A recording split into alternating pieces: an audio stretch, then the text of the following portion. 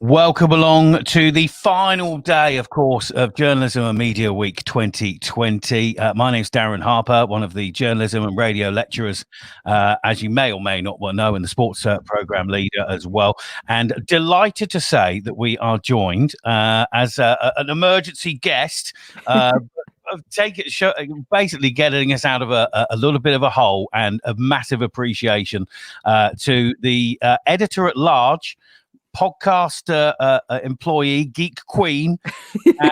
It is, of course, from Empire Magazine. It's Helen O'Hara. Helen, how are you? Thanks so much. I'm very well, thank you. Yes, sorry, I'm a little bit flustered and still drinking my coffee because I've only just come out of another podcast. But yeah, I'm good.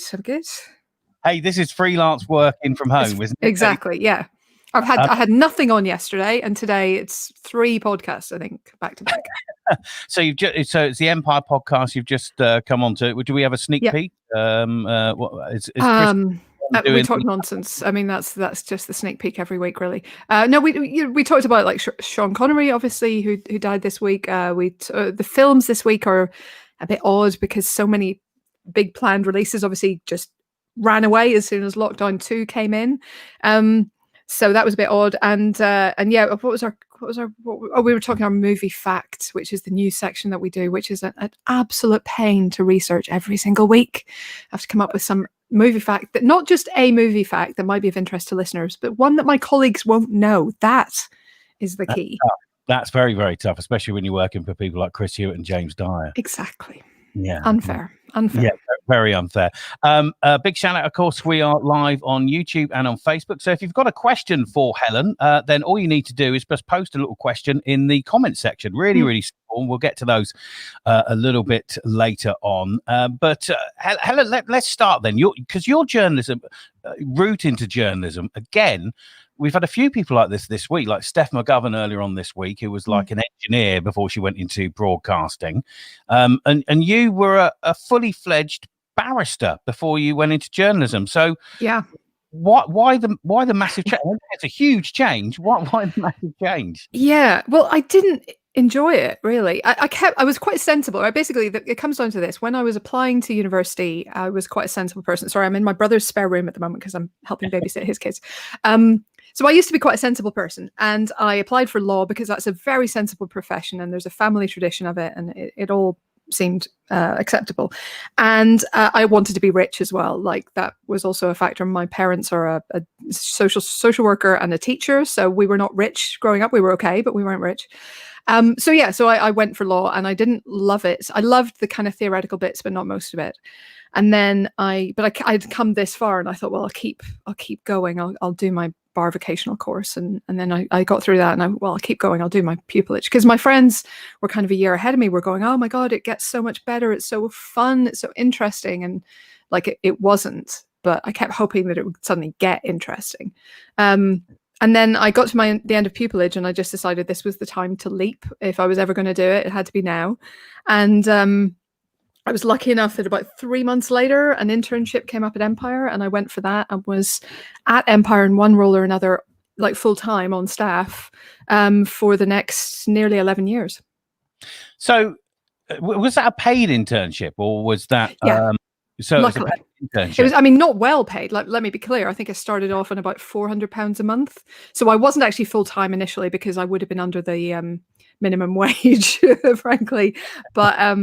But yeah, so initially I supplemented my income, because there was very boring. There's a 2-month period between leaving the bar and starting at Empire, during which I worked for a charity called Young Enterprise. So they still had me back 1 day a week, which really, really helped me for that first period at Empire. So I was essentially working 2 jobs initially.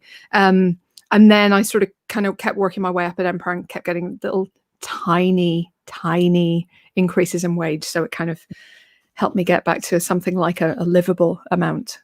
I remember doing Young Enterprise. I remember doing it at school. Great charity. Yeah. It was fantastic. You created a company and ran it at school. And I remember we created a company that was, we made boxer shorts that had writing on.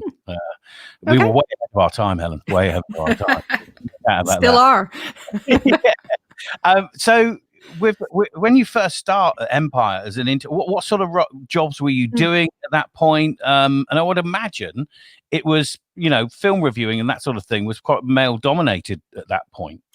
I mean, still is, but yes, it was. I think I was lucky in a few ways. So first of all, I was lucky to get a paid internship. I was lucky that I, came around at a time when that existed, which I don't think it does for a lot of people anymore.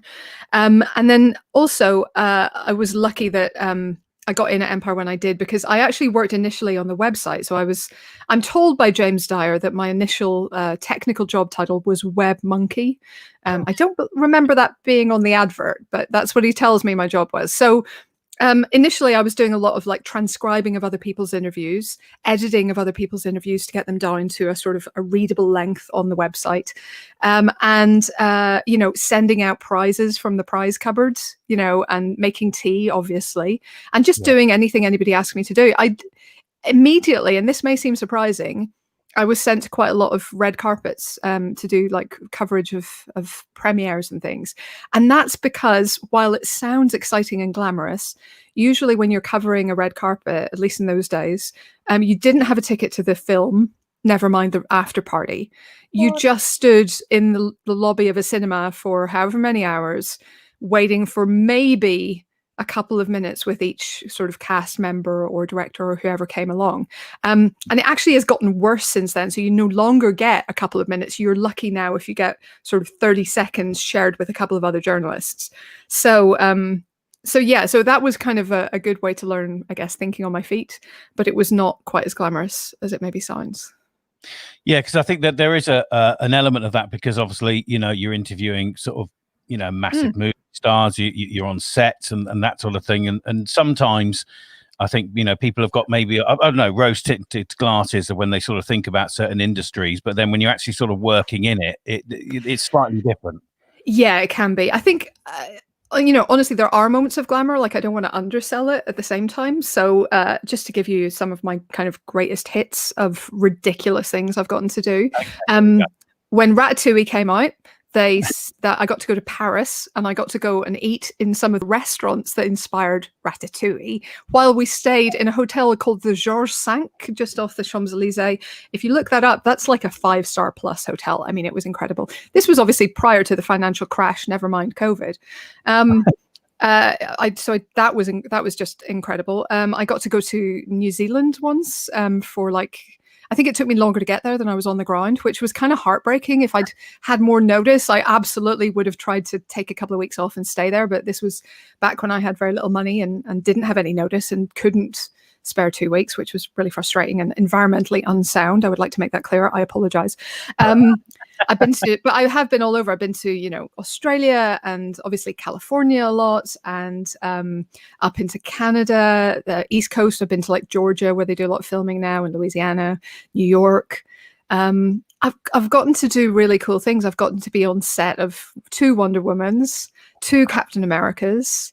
Did you see the beard recently? Sorry? Did you see the beard up close? Captain America's beard. Sadly, I wasn't on Infinity War, and I genuinely cry myself to sleep about that quite a lot. So Dune, you were up on Dune recently. That must have really James Dyer, I would imagine. He genuinely was offered first. I would like to make that clear, because James is on record as an enormous Dune fan. He goes on about it endlessly, but he just couldn't get away. He had family commitments that week, so I got lucky. Good for you. So obviously there was always a love for film, and that's one of the reasons why you've gone in. And I've read an interview with before, but that you weren't really sort of like big fans of any other critics, but it was film that you liked, and you really loved Empire as well. Yeah. And you were sort of always reading that. Yeah, I didn't really it wasn't that I wasn't a fan of critics. Like, I would have been very happy to read other film criticism, but I got into Empire quite young, and then that was what was always in the house.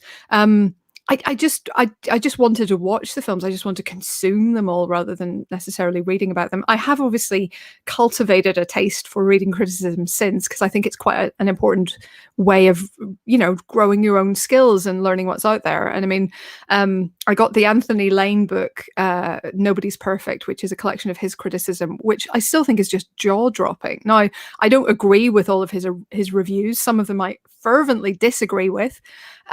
but I just think he's an incredible writer, and it's sort of that kind of writing and reading that kind of stuff always kind of inspires me. And I not without wishing to sound like a suck up, that's true of my Empire colleagues as well. Like, I'll read features that Chris has written, or reviews James has written, and be like, oh god, that was really good. Duh.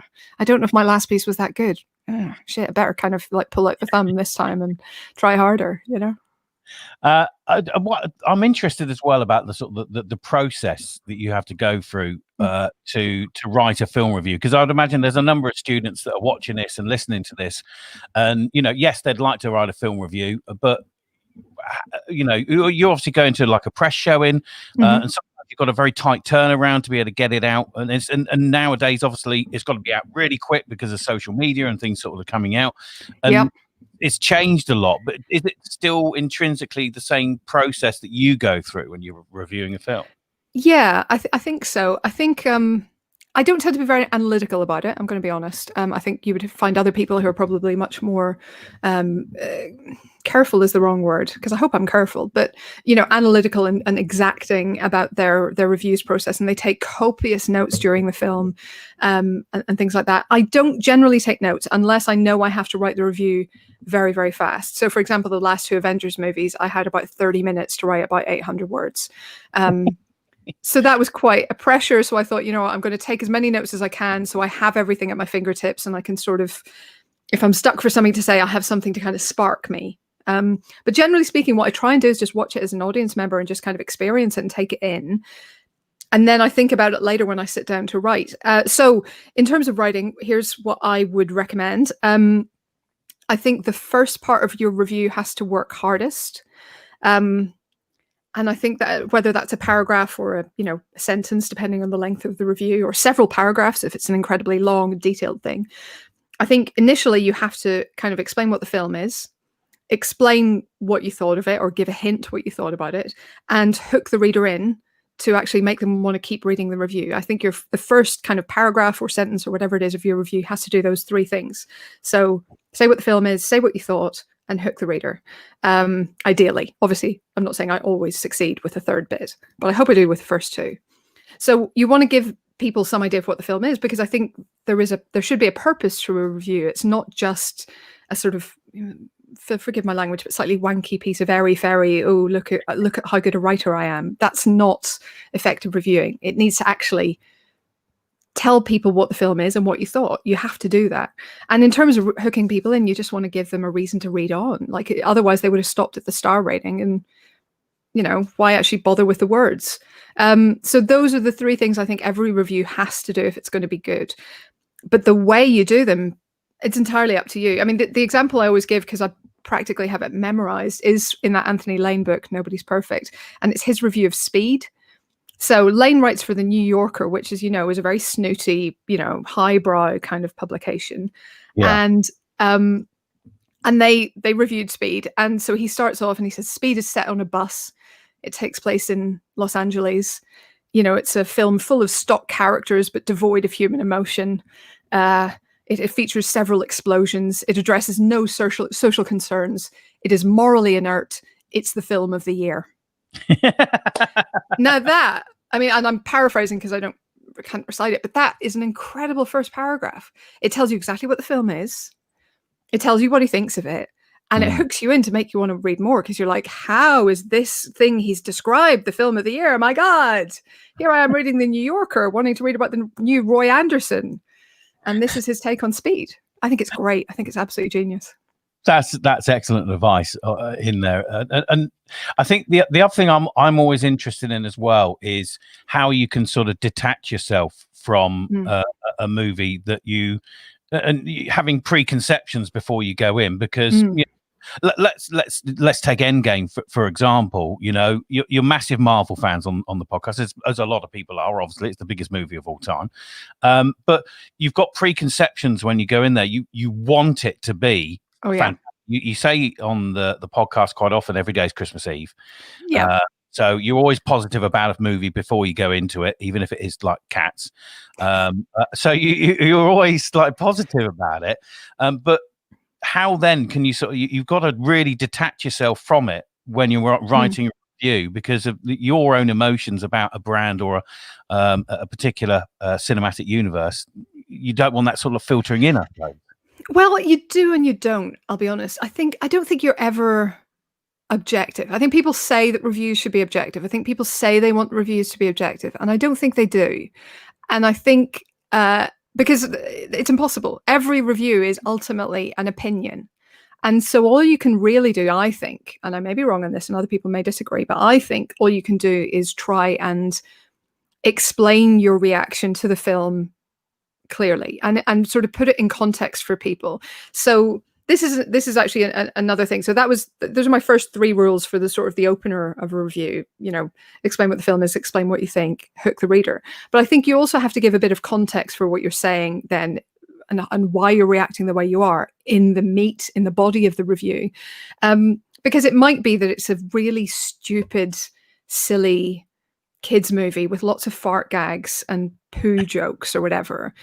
And you have to, I think, make clear in that, it wasn't my cup of tea, but every under 8-year-old in the cinema where I saw it was falling about the aisles laughing, So I feel like there's an element, that's where the element of kind of objectivity comes in, is trying to see beyond yourself. So explain how you reacted because it's your review and it's your opinion that counts. But also don't be blind to the fact that other people might have reacted differently, and this is something that really matters in terms of representation, because most film reviewers, even now, are men, most white men, most middle-class white men, most highly educated white middle-class men, most straight, but maybe there's a bit more representation there. But that affects what we consider a great film. That affects what we consider a good film. That considers who we label with the term auteur and who gets the money and the status and the invitations to Cannes that comes with that. Because if we have all these straight white middle-class middle-aged men reacting to a film going, oh my God, it speaks to me in my heart. I mean, that's great. And it might be a great film, but it's equally relevant, that it might not be a great film for women, and it might not be a great film for Black people or gay people or any kind of other people. And so you have this consensus sometimes being arrived at without anyone with a major voice really considering other points of view. And I think that's why I think modern critics, and I think people are beginning to do this, including the straight white middle-aged middle-class men, are beginning to try and look beyond that, and are beginning to try and look and say, yes, this is a great film, but I mean, let's say it's a Western. This is a Western where there's no Black people. And we know, as a matter of historical record, there were lots of Black people in the Old West. So as a modern, if it's a modern Western that we're looking at nowadays, that should be something that the filmmakers taken into account. And maybe if they've have an entirely white cast, maybe they're failing in a way. So you want to have the objectivity, I think, comes in when you don't just talk about how you reacted to a film, but you kind of try and put it in that context historically of, the wider world that we live in that context of who's actually going to be watching it and whether it will work for them. And in the context of trying to get past your own prejudices, basically. I also think as well, and students, as they're going through university, they might not sort of like realize it as well, because, like you say, on set visits, that sort of thing, film companies, they are trying to sort of almost schmooze the film critics to sort of like get them on side, the marketing part of it, send some really cool stuff to Empire offices and to radio DJs so they all say the right things about a particular movie. And that's the other thing, I suppose, is like where I say you got to sort of detach yourself. Is sort of, if you're on set of a movie and you think, oh my God, I'm like getting really good friends with Chris Pratt here. Besties, yeah. Best day ever. But that again is sort of are they trying, do you think, to sort of think like if we show them a really good time, they might write something really quite nice? I mean, look, there might be an element of that, but that's one reason that at Empire it's almost always the case, and there have been very few exceptions. If you write the feature and you've done those interviews and you've met those people, you don't write the review of that film, just to try and keep that wall in place. Now, it has happened, like I think with the final Harry Potter film, I'd been on set of some of those films, and there was nobody else who was going to the premiere who could write the review in time, and we had to get it up because of the embargo. But I don't think I was wildly off off base with that, and I sort of discussed it with lots of other people who hadn't, met Daniel Radcliffe or whatever, before sort of putting it up. I think if I'd been wildly positive and everybody else had been like, no, it's terrible, I think I probably would have at that point gone, guys, we have to hold the review. This is not. I had my head turned by this thrill of meeting Jason Isaacs, which could happen. But I think in that case you have to be a little bit more careful. But it's certainly not the ideal, and it's not what we ever aim to do. And I think Terry, actually, since she came aboard as editor-in-chief, has been a lot stricter on that. What about as well, after you've written a review and it's sort of like sat there, sometimes you can watch a film and then maybe you come back to a film a few weeks later, or you watch something again and you maybe think, actually, no, that wasn't right. You have maybe a second opinion on something, but your review's already out there. So is there films that you've looked back on and you think, oh, I was maybe a little bit harsh on that? I mean, I think I was I don't know about harsh. I think I was probably the only person in the world who really liked Lions for Lambs. I gave that 4 stars, and I genuinely don't think anyone else in the universe gave that 4 stars. But I haven't gone back to it, honestly. So maybe it'll stand up, hopefully. I hope. Sure, I think I've been lucky that I maybe haven't had many of those cases, or maybe I'm just simply not introspective enough. But I don't think there have been a lot of reviews where I've looked back afterwards and been like, oh, I was way off base. There might be ones where I see it again or 2 or 3 more times and I'm like, I could have gone an extra star, or I maybe was a star too generous, but not massively different. But obviously it has famously happened in Empire history. I think one of my colleagues who shall remain nameless, but is pretty well known for doing this, gave Attack of the Clones 5 stars initially in Empire. Sorry. Yeah, and that was sort of the hype of seeing Yoda with a lightsaber, and it was someone, another colleague who no longer works at the magazine, standing over his shoulder going, go on, go up to 5. And him sort of going, I mean, I guess, it's hard to think what was really wrong with it apart from everything. So yeah, and Empire did eventually sort of readdress all of the prequel trilogy, because they felt like they'd been overly generous to, I think, all of them. But it happens, but it hasn't happened very much recently, so that's good, I guess. Yeah. I hope. Yes, that is good. That is good.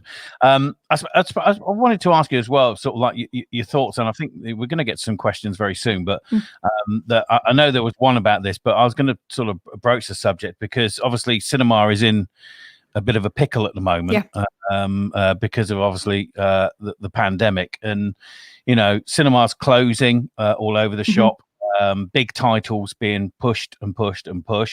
And are you worried that these cinemas aren't going to open again? I'm worried for individual cinemas. I feel like there's going to be basically. I actually, spoiler, I'm writing an article about this right now, which should be out in a week and a half or so, and there is the real chance, the very real chance of cinema closures in the UK as a result of all this. There's probably going to be significant cinema closures, but we're talking like significant in like 20%, not significant in like 50 or 100%.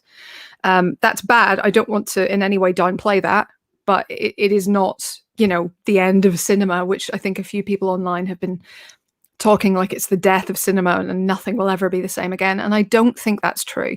And I have talked to, for that article, I've talked to cinema owners, I've talked to the UK Cinemas Authority or Board, I've talked to studio executives, and they're all saying the same thing. They're all saying this is a terrible time right now. This is a rubbish time. We are all losing money day by day. We're all worried about keeping our staff on. We're all worried about paying the bills, but cinema will be okay because apart from anything else, there's like 12 months nearly of incredible movies, like big mainstream blockbuster movies that are just itching to come out.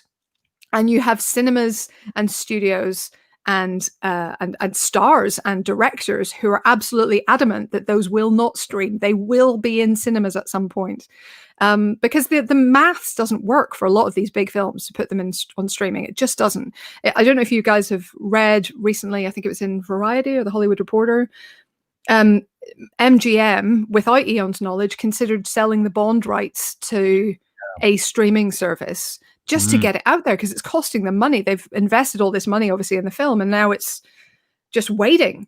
And the numbers that the streaming services were coming up with were simply not as much as the cinema produces.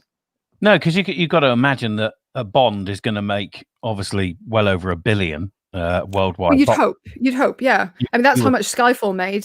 Spectre was a little bit lower, it was about 800. But the story is that, you know, Apple was talking about 350, 400 for the rights, and, you know, that's not comparable.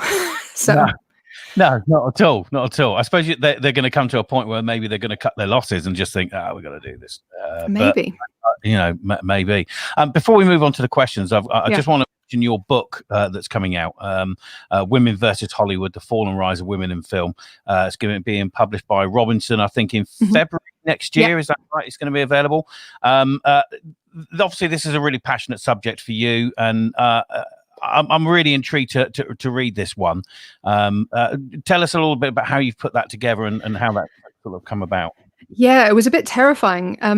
So I'd been asked to do a couple of little books before, but they were kind of almost listicles, almost, you know, it was sort of 50 greatest 80s movies and superhero movies. And they were really fun to write, but it was essentially one long article for each film or group of films in the case of the superhero movies. Whereas this was like, this is a proper book. There are no pictures, which is much more difficult, it turns out. And it's especially difficult when all of the libraries shut due to lockdown, just when you're really, really in the middle of research. So I had to do a lot of my research online using online archives and just whatever I could find, really, old interviews, everything I could watch. But yeah, it's a sort of wildly overambitious kind of sweeping look at women in Hollywood. And I'm talking actually pre-Hollywood. I'm talking from the dawn of cinema, when it wasn't in LA, it was more New York and Paris. And there were women involved in the very earliest days. 1896, there were women directing films. And the problem is that as cinema became this big business, they were pushed out. So for essentially the whole of the studio era, there might be one woman directing at a time. Between about 1924, let's say, and 1970 plus, there would be one woman directing in Hollywood at a time. I mean, it was that bad. And those were all white women, no women of color, obviously no disabled, no non-able-bodied women, just like it was a horrific situation. So it's about really why that happened, how women got pushed out, how women got used in the studio era, and how they're kind of pushing their way back in, essentially. And the problems that they still face. So I talked to a lot of directors and people writing and working right now to see how the situation's changing. And the answer is like not that much. I mean, I think from about the 1990s to now, the percentage of women directors has climbed by maybe 4% from 8%. So, you know, the picture is not great at the moment. But anyway, it was a big learning curve for me. And it's a bit of a mad dash through cinema history, if I'm honest. And I have absolutely sort of mentioned things in passing that you should absolutely read weeks learning about, because they're all fascinating subjects. But, you know, it was only one book. And as it was, I was over the word count and got in trouble with my editor. Well, listen, look out for it in the new year. Women versus Hollywood, The Fall and Rise of Women in Film, published by Robinson in February next year. Right, we're going to go some questions. We have so many questions coming through. I think we sort of answered a bit of this one. Ricardo asking, how does it feel nowadays in the COVID era to write about the movie industry when the area has been so badly affected by the health and the economic crisis? Yeah, I mean, it's been weird. I mean, just week to week on the podcast, we don't always know which films are coming out. We've been reviewing a lot more Netflix and Amazon Prime releases than we would maybe normally do, because obviously we focus primarily on cinema. And it's just been very unsettled and a little bit odd. And also, like, I just desperately miss films in the cinema. I mean, even when I went back sort of during the semi-lockdown we just had, I don't even know what we're calling the interregnum we just had.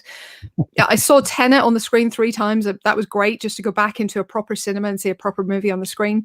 But, you know, I was expecting Black Widow and Wonder Woman by now, you know, just all of these huge movies. And while I love, I think you need, this is one thing I haven't mentioned, you need to have broad taste in films to do this kind of job. So I love the indie movies, and I really enjoy the new Roy Andersson that's out this week, About Endlessness, it's called. And, but I don't just want to watch those. And what I've realized over the past few months is like, I am dying to see stuff explode. Like I would kill for a new Fast and Furious right now. So, so it's been, that's kind of difficult because it's the diet that I'm used to is much more varied than the one I'm currently getting. And obviously it's just worrying. I'm worried about cinemas I love surviving this. I'm worried about movies I love coming out and seeing them on the big screen. I'm worried about, people getting a fair crack, because we were also seeing a lot of progress this year, especially for women directors of big movies. This was going to be the year that we had women directing Wonder Woman, Black Widow, The Eternals, Birds of Prey obviously already did come out, and what's the fifth one I'm forgetting? And Mulan, and many of those women of color as well. And that was huge, and that was really exciting. And they've all been moved practically. Birds of Prey came out okay, Mulan went straight online, and the rest, who knows? So it's just, you don't want to lose that momentum. You don't want to lose that progress. And you don't want them to be, as has happened in the past, for them to be kind of treated like they're failures because of a situation that is way beyond their control. I wanted to ask you then, you saw Tenet 3 times. Did it get more clear about what Tenet was about? You know what? It did. But I think I was very lucky. So I went in the first time. I was obviously paying attention because at the Empire Podcast, we also do spoiler specials where we literally dissect a movie like down to its nuts and bolts and try and really understand it. I mean, we did 10 hours on Avengers Endgame in total, including interviews. So we really get into this stuff.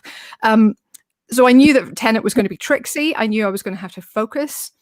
But I also decided quite early on when I watched it the first time, I think it was when he was talking to Clemence Posey, I thought, oh, it's nonsense. And then I just sat back and enjoyed it. And I had a really good time. And I actually had a fairly good understanding after that first showing. And I went back in the second and third time, basically just tried to then focus in on the details and actually figure out exactly what was happening in every scene. So I think I've mostly got it now. Mostly. I still. Chelsea asked a question, and it leads on from what we're talking about. How has Netflix and streaming affected film? Well, first of all, I can tell you from speaking to an independent British producer recently that the sheer amount of money they are throwing around has made it slightly harder actually for some independent filmmakers. So location budgets are going up because all of these, stately homes or scenic gardens or wherever people want to shoot now expect Netflix money because that's what they've been getting from the Crown for the last 6 years or whatever. So that's a bit of a problem. I think in many ways they've been really good because they have invested in the kind of mid-range drama that the big screen has found unprofitable in recent years. So by that, I mean stuff like The Irishman, obviously, is a classic example. That could not be made for the big screen. Martin Scorsese had been trying for years to make that, and nobody had been ponying up the cash that he wanted. And Netflix obviously stepped in and gave him his money. So the kind of the green light that they have given very impressive filmmakers, I think, has been great, and we've gotten to see really extraordinary films as a result. I should be seeing Mank, the new David Fincher, in the next week, and I'm super excited. Yeah. So I think that's all been good. I mean, I don't think it's a zero-sum game. I don't think that Netflix and Amazon succeeding means that cinema's under threat. I don't think it means that cinema's dead. I think they're doing different things right now because cinema has, economically speaking, cinema has abandoned that sort of, relatively big budget or mid-budget movie, the sort of adult drama that costs $80 million. They only do that in award season now. And I think what Netflix and Amazon has done is stepped into the breach. And so that's kind of pretty symbiotic, I think, and it's working quite well so far. So I think they're good, and I don't think they're the same thing. Quite right. Okay, Demaya asks, what has been the most memorable interview that you've done and why? I mean, honestly, the most memorable is probably one where I forgot to press record and then had a slight sort of moment as a result, which happened in an hour-long Joss Whedon interview straight after Avengers for Much Ado About Nothing. I had my backup, luckily. This is because this has happened. I have 2 recorders. So my backup was okay and I could transcribe it, but this sort of audio, broadcast quality audio one had not recorded the interview because of user error. Entirely my fault. That was embarrassing. I also failed to press record once on a Jared Butler roundtable for 300. Oh, that's a set visit that was memorable because they were all naked. But yeah, I failed to press record, probably because I was a bit taken aback by everything. And luckily that was a round table, so I was able to get it from one of the other journalists. Wow. But yeah. Okay. You always remember the ones with technical difficulties, definitely. Yes. Oh, God, so. They haunt me. Jessica says, hi, Helen. How do you keep your content fresh and the podcast episodes coming without feeling monotonous? I mean, honestly, I don't know if we do some weeks. Look, I think the great thing about the Empire podcast, and I say this as for me as a recorder of it and not a listener to it, and I don't know how listeners feel, but I think what the podcast did, we started it in 2012, and it was a time when we were all really under pressure in the office. We were trying to keep the website going with an extraordinary amount of content. We were always trying to push the magazine forward, and everybody was just stressed out. And I think we'd kind of forgotten that we liked each other to an extent. We weren't like sniping at each other all the time, but we just weren't spending a lot of time talking nonsense like we used to. And then we started the podcast, and basically for an hour a week, we talked nonsense again to each other about movies and did bad impressions of celebrities and, give our own pet theories about weird stuff and answered odd reader questions. And it was just really fun. And I think it, without wishing to sound too highfalutin, it kind of brought us back to ourselves and gave us our souls back and sort of reminded us that we love what we do and we're incredibly lucky to do it. So that's still the case even 8 years in, and it's just a really joyful hour of the week. Once we get going, there's usually faffing endlessly beforehand and stressing about, have we got links for all the films or have we seen all the films? But once we get going, it's a bunch of old friends kind of talking. It's good. And it's probably fair to say, you guys were around before.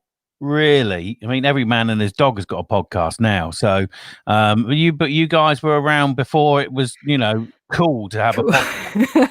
Well, we actually talked about it even earlier. I think we talked about it in 2007 or so. And at that point, nobody in Bauer really had an idea about podcasts either. I think it's fair to say that the company that owns Empire, and they were a little bit sort of hesitant to give us one of their radio studios, and they were telling us that we'd have to have an engineer, so it would cost like £1,000 an episode, which obviously was not going to happen.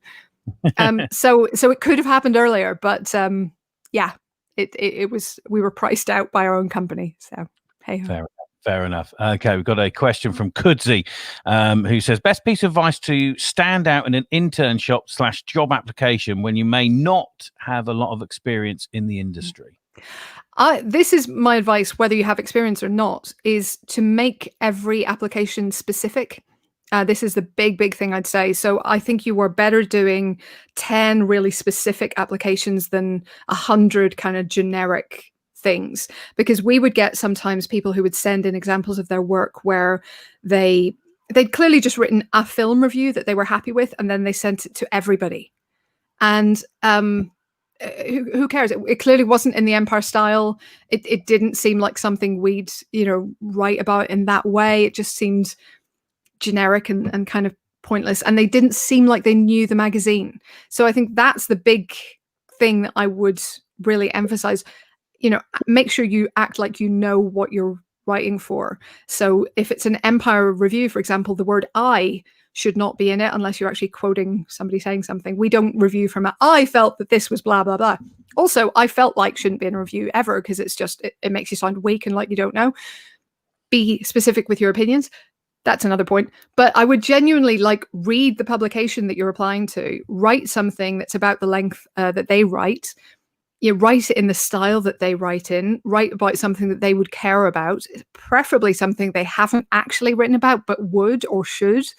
I would say that's the best way to get noticed. And I think that's true whatever you're applying for, whether it's film or anything else. I think that's a really, really good rule. And the other thing is, broken record, but spelling, grammar, punctuation, make sure it's perfect. If you are actually, dyslexic or something, allowances will be made. But unless you have essentially a doctor's note saying that, make sure, especially for your application, but in general, it's really good spelling, grammar, and punctuation. Great advice, definitely. Okay, Mason's got a good one here. Who would you have play yourself in a movie about you? Let me see. I'm going to need someone much younger and prettier than me, but probably having dark hair as well. So I'm feeling like, like if Lily James could wear a dark wig, that would be acceptable. Anne Hathaway would be nice. That's who I was going to say. Anne Hathaway. That's exactly who I was going to say. That would be perfect. I think perfect casting. Bethan's got one here. Hi, Helen. Have you had to change a lot how you do your podcasts and work now because of COVID? I would imagine so. You're all at home, aren't you? We're all at home. Yeah, we're recording over a thing called Squadcast, which works pretty well. You can see I've been sent my proper headphones, which I didn't have for the first half of lockdown, and a proper mic. We've just lost you, Helen. You've just knocked your microphone off, I think, by moving it. No. Oh, you were nearly there then. Back? Yes, you're back. You're back. Well, that worked out well. You shouldn't do that. That's the first thing when you're podcasting. You should definitely not do that. Nor should you knock the table. Yeah, so I have got equipment because we used to just record in a studio in the Empire Building, and of course all the things I'm watching right now are streaming online, and I'm very lucky that streaming exists, and I don't have to wait for people to send me DVDs or whatever, but it can be a trial. Sometimes you just get lag, you get issues. You either have to watch it on your computer screen or put up sometimes with problems casting to your TV. I mean, guys, it's a trial. But look, I'm lucky to be able to keep going and doing what I do for the most part. Work has obviously slowed, but it has not disappeared like many people in many professions. So I think I'm very, very lucky. I've got a question here from, I'm not sure, just wanted to ask what your favourite movie is. Now, I know this. It's Sacha Baron Cohen's comedy masterpiece, Grimsby. I mean, we have just to explain to everyone, Darren and I have a long-running disagreement about the merits of Grimsby, which I thought was one of the worst films I've ever seen in my entire life. Not to slag off Sacha Baron Cohen, I thought Borat 2 was great, but good God, if I never see Grimsby again, it will be too soon. Nothing against the town either, just to be clear. Anyway, favorite movie. I don't really like ranking movies, and I think the habit of ranking movies is it's something that the industry does a lot, obviously. But let's be honest, I think it's quite a male thing to have to rank your favorites. Do you know what? I don't know.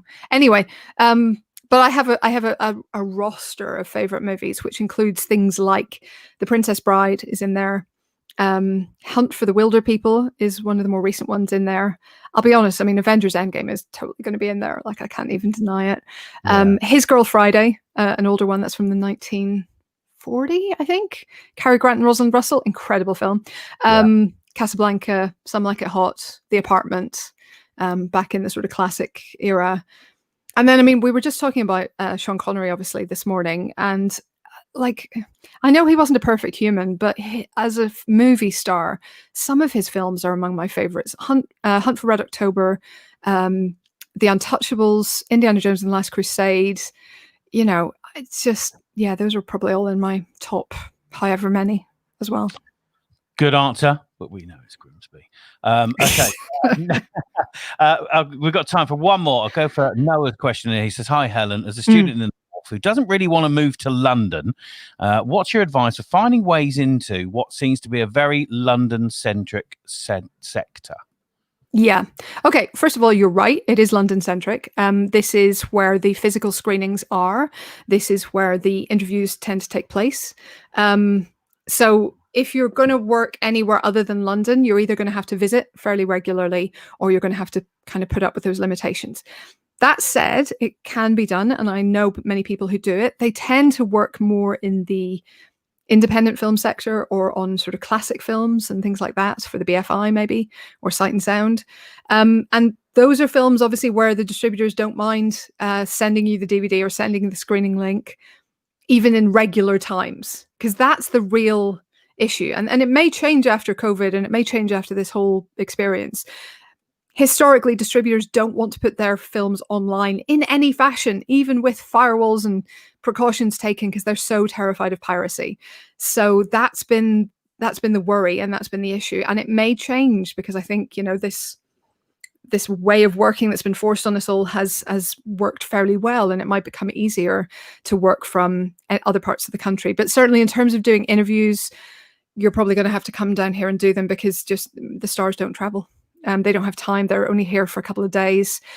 Once in a while, there will be, you know, a premiere that takes place outside London, because let's say the film was set or shot somewhere else. But it's rare enough that you couldn't build a career on it, I don't think. So even a lot of journalists I know from Edinburgh and from Dublin fly over here for junkets quite regularly.